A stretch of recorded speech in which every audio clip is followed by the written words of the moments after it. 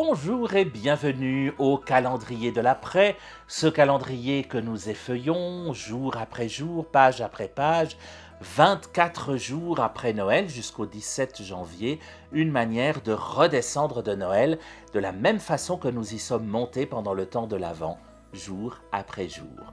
Je passe à la page du 29 décembre, la page d'aujourd'hui, et je lis ceci dans l'évangile de Luc.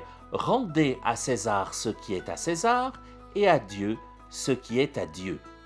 Une manière pour Jésus de nous montrer qu'il y a la société civile, l'État, et puis il y a aussi la spiritualité, et que les deux n'ont pas forcément à se mélanger autant que dans certains endroits cela peut être. Au fond, c'est une parole très laïque de Jésus. C'est le premier promoteur de la loi de séparation de l'Église et de l'État, le Christ, contrairement à ce que bien des chrétiens ont voulu voir.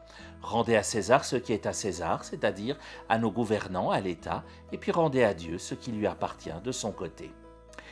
Cette page est assortie, comme de temps en temps, d'une suggestion, je vous la lis.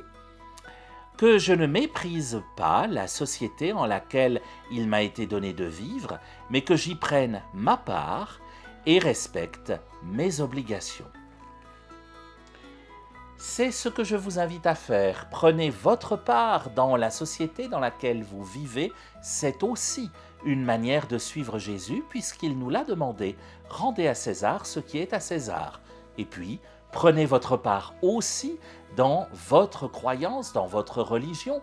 Le Dalai Lama disait un jour « Surtout ne vous convertissez pas à une autre religion, vous en avez reçu une, eh bien, creusez-la, creusez vos racines, c'est cela qui vous permettra de vous maintenir debout et d'élever vos branches vers le ciel pour continuer de croire au divin. » Faisons ainsi et retrouvons-nous demain, même calendrier, même écran, même Bible, mais à la page suivante, bien sûr.